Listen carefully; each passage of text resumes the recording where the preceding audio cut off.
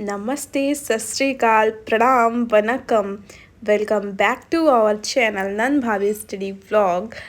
आशा करती हूँ कि आप सभी अच्छे होंगे और जो अपना टारगेट है आपका पर डे का, वीकली का या मंथली का, जैसा भी आपने बनाया हो उसको अच्छी तरीके से पर डे आप पूरा कर रहे होंगे। और ये देखिए, आज की सुबह भी मेरी 4 बजे हो गई थी, तो 4:15 तक मैं अपना फ्रेश वगैरह होके फिर से फर्स्ट स्लॉट के लिए बैठ गई थी। देखिए 4:17 हो रहे हैं और इसको रिकॉर्ड करने के बाद व्लॉग के लिए मैं फिर लाइव गई थी 4:30 बजे और से। लाइव सेशन भी काफ़ी अच्छा था, और काफ़ी इफेक्टिव प्रोडक्टिव पढ़ाई भी हुई। उसके बाद जो है वही रूटीन डेली वाला, क्योंकि जो हाउस वाइफ है उनको पता ही है कि उनको डेली रूटीन फॉलो करना होता है। अगर हम वर्किंग होते हैं तो हमारा डिफरेंट चेंजेस आते रहते हैं लाइफ में, but if you are housewife तो आपको सेम रूटीन फॉलो करना है। और आप स्टडी कर रही हैं तो आपको स्टडी को भी मैनेज करते हुए चलना पड़ेगा। तो कुछ मिनट में ज़िंदगी नहीं बदलती, कुछ मिनट में सोच कर लिया हुआ फ़ैसला पूरी ज़िंदगी बदल देता है। तो आपको क्या करना है, आपको जो फ़ैसले लेने हैं उसको बहुत समझ बूझ के लेने हैं, क्योंकि हो सकता है वो आपकी पूरी ज़िंदगी बदल दें। अगर आप अनमैरिड हैं तो आपका शादी का फ़ैसला, आप मैरिड हैं तो आपका जॉब का फ़ैसला, अगर आप किसी एक प्रॉब्लम की वजह से, डर से, या फिर आपका और आप आपकी गिव अप करने का स्टडी में ही सोच कोई रही हैं। प्रॉब्लम होती हो है और सकता है आप आप उससे डर सफलता के जाती बहुत नज़दीक हो और वो जो आपकी प्रॉब्लम है वो बहुत माइनर हो और आप उसे मेजर समझ के बैठी हैं, उसको नहीं करना है। तो अपनी जो ज़िंदगी के फ़ैसले हैं यार, उसको बहुत सोच समझ के लिया करिए। छोटा सा छोटा फ़ैसला, बड़ा सा बड़ा फ़ैसला, कोई भी फ़ैसला आपके जीवन को बहुत प्रभावित करेगा, ठीक है। और माय डियर गर्ल्स, जो भी अनमैरिड हैं उनके ऊपर शादी का प्रेशर, क्योंकि अक्सर हम इंडियंस में क्या होता है, एज हुई नहीं 25 या 24, तो ये तो मैं बहुत ज़्यादा बता दे रही हूँ, क्योंकि कहीं कहीं पे ऐसा होता है कि 14+ गर्ल्स होती हैं और उनकी शादी करने की तैयारियाँ हो जाती हैं। तो हमें जो है एक डिसीज़न लेना है। आपको मैं यही कहूँगी, if you are interested in studies तो आपको बस एक सॉलिड पॉइंट रखना है कि हाँ, मुझे पहले अपनी जॉब लेनी है, अपनी पढ़ाई कंप्लीट करनी है, उसके बाद शादी करना है। पूरी लाइफ क्योंकि ऑफ चेंज कोर्स हो शादी के जाती बाद है। काफ़ी तो बस जिम्मेदारियां यही हो कहूँगी जाती कि हैं कि जो अपनी लाइफ का डिसीजन है वो औरों को ना लेने दें, क्योंकि आपकी लाइफ है, आपको कैसे जीना है, आपको फ्यूचर अपना कैसे रखना है, ये आप पे डिपेंड करता है। तो अपनी लाइफ का हर एक छोटा डिसीजन, हर एक बड़ा डिसीजन, मतलब ऐसा मत सोचिए कि अगर आपकी आपके शादी हो गई तो हस्बैंड मेरा लें या आपके इन लॉज लें।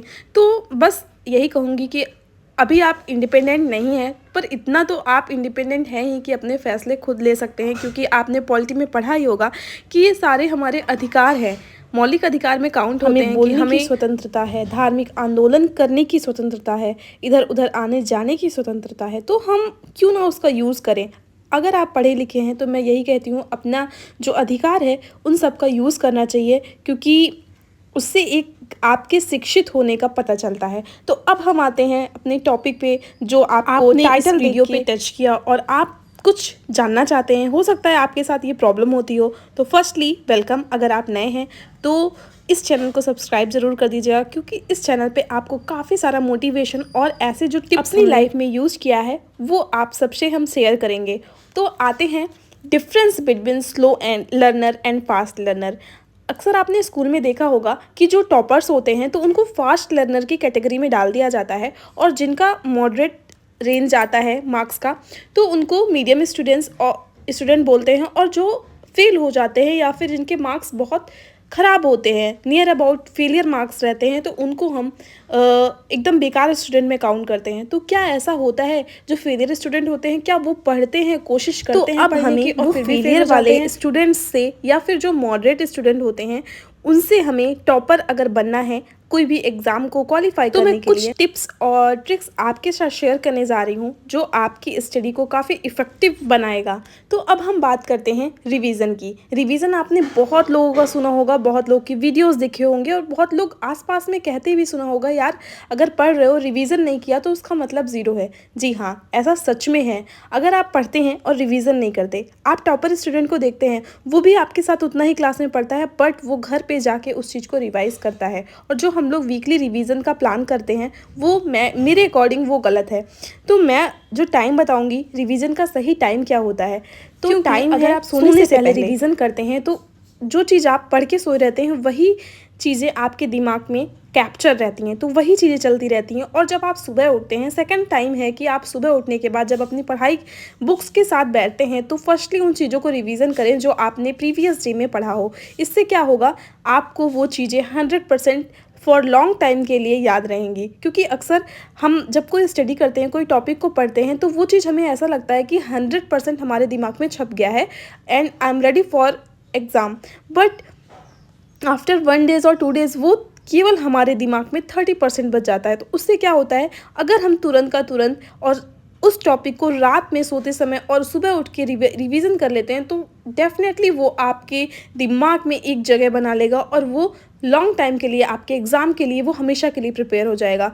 तो अपने टॉपिक को ऐसे ही रिवीजन करिए, एक बार नहीं, आपको 3 से 4 बार, 5 से 6 बार, जितना टाइम आपको मिलता है। अगर आपके पास टाइम ज़्यादा है तो रिवीजन बहुत ही ज़्यादा ज़रूरी है। ऐसा होता नहीं कोई दवा रामबाण होती है, तो रिवीजन समझिए आपकी पढ़ाई में रामबाण का काम करेगा। ठीक है, अब सेकंड थिंग पे हम बात करते हैं कि स्पीक लाउड। अक्सर हम छोटे रहते हैं तो हम तेज़ी से पढ़ना शुरू करते हैं, कोई चीज़ याद करते हैं तो तेज़ से बोल के याद करते हैं। बट जब हम बड़े होते हैं, वही चीज़ हम सेम चीज़ फॉलो करते हैं, तो हमारे पेरेंट्स या फिर आसपास के माइंड जो है वो बोलते हैं यार छोटे बच्चे थोड़ी ना, मन इधर उधर भागता रहता है। तो मन में पढ़ने से क्या होता है, मन में पढ़ते पढ़ते हम अपने दिमाग से, अपने मन से इतनी दूर चले जाते हैं कि स्टडी सामने बुक खुली है और हम वहाँ हैं ही नहीं। हम अमेरिका या फिर यूरोप कहीं घूमने वाले जगह पे हैं, या फिर जहाँ भी आपका इंटरेस्ट है, जहाँ भी आप जाने का सोचें और नहीं जा पा रहे हैं, तो हम वहाँ पहुँच जाते हैं। तो मैं प्रिफर करती हूँ कि आपको तेज़ी से बोल के पढ़ना है। इससे क्या होता है, एक बेनिफिट और है, अगर आपको नींद आती रहती है तो आपकी नींद गायब हो जाती है तेज़ी से पढ़ने से। तो आप ये सेकंड ट्रिक ज़रूर अपनाइएगा। और ये देखिए, थोड़ा आप सोच रहे होंगे ये हो क्या रहा है, एक्चुअली न्यूट्रिशन वीक चल रहा है पीयू के स्कूल में, तो इसमें हेल्दी फूड ले जाना है। वैसे उसको हम लंच में हेल्दी फूड ही देते हैं, और तो ये था कि जो ले जाएगी उसका एक्ट करके भी बताएगी क्या क्या उसमें चीज़ें पड़ी हुई हैं और उसके बेनिफिट्स क्या क्या हैं। तो वो उसी चीज़ों का एक्ट कर दिया गया था, क्या क्या चीज़ें पढ़ रही हैं और उसके फ़ायदे क्या हैं। पहले तो उसने तैयार कर लिया था, फिर हम लोग के सामने आके वो पूरा प्रेजेंट कर रही थी, और फिर लास्ट में उसने मुझे पुलाव खाने के लिए भी दिया था। तो यही हो रहा था। फिर थर्ड पॉइंट पे आते हैं निमोनिक्स। अक्सर क्या होता है, हम याद करते टाइम भूल जाते हैं कि अपनी स्टडी को किस वे में करें। तो हमें निमोनिक्स मतलब आपको स्टोरी क्रिएट करनी है, और स्टोरी ऐसी होनी चाहिए जो आपको लॉन्ग टाइम के लिए याद रखे। तो आप अगर स्टोरी बनाएंगे तो वो काफ़ी इंटरेस्टिंग वे में होगी। अगर आप किसी चीज़ को कॉपी करते हैं, किसी अलग इंसान ने बनाई है स्टोरी और आप उसे कॉपी कर रहे हैं, तो वो रॉन्ग वे है। आप खुद बनाइए अपने निमोनिक्स को, आप खुद बनाइए, तो ज़्यादा इफेक्टिव होगा आपके स्टडी में। आपको एक बॉक्स रखना है अपने स्टडी टेबल पे, और उसमें जो है चिट कलेक्ट करके डालते जाना है। आप जिस सब्जेक्ट की रीडिंग करते हैं, आपको कोई टॉपिक या कोई क्वेश्चन टफ लगता है, आपको उसमें डाउट होता है, तो जस्ट उसको तुरंत गूगल करिए, या फिर आपके बुक में ही अगर उसका आंसर मिल जाता है तो बहुत अच्छी बात है। उसका आंसर नोट करिए उस चिट पे, और उस डाउट डायरी में लिख दीजिए या फिर उस बॉक्स में डाल दीजिए। आप कुछ भी कर सकते हैं, डायरी बना सकते हैं या बॉक्स बना सकते हैं, तो जिसमें आप कंफर्टेबल हो वो करिए। आते हैं फिफ्थ पॉइंट पे कि यूज़ योर मल्टीपल सेंसेस। जी हाँ, अक्सर क्या होता है, जब हम रीडिंग करते हैं तो रीडिंग करते टाइम बस रीडिंग करते जा रहे हैं और हम अपने सेंसेस का यूज़ नहीं करते। मैं बताऊं, अगर आप कोई चीज़ पढ़ रहे हैं और साथ साथ में लिखते जा रहे हैं, पॉइंट्स बना रहे हैं, मतलब होता है ना ये सेल्फ स्टडी को प्रोडक्ट तो बनाने ज़्यादा हेल्पफुल होगा। इसलिए जब भी पढ़िए, मैं यही कहूँगी, अपने नाक, कान, आँख, अपनी फिंगर्स, सब चीज़ों का यूज़ करिए। मतलब होता नहीं है, कभी हम चीज़ों को याद करते हैं और फिंगर्स के टिप्स पे भी ऐसे लर्न करते हैं, तो वो चीज़ें ज़्यादा अच्छी होती हैं। आप करके देखिएगा, ये मैं बता रही हूँ क्योंकि मैंने किया है। पहले मेरे साथ भी यही सेम चीज़ प्रॉब्लम होती थी, तो फिर मैंने इन सब चीज़ों को अपने लाइफ में अपनाया है, और धीरे धीरे वो एक साथ तो अचानक से कोई चीज़ रिकवर नहीं हो जाती है, थोड़ा टाइम लेगा। आप ऐसा करके देखिए, डेफिनेटली जो आपकी सारी प्रॉब्लम है स्लो लर्नर की, वो आपको फास्ट लर्नर कैसे बना देती है, आप खुद ही आश्चर्यचकित रह जाएंगे। आते हैं लास्ट पॉइंट पे, जो है कि स्टडी टू टीच। जी हाँ, ऐसा पढ़ो कि नेक्स्ट डे आपको पढ़ाना पड़े।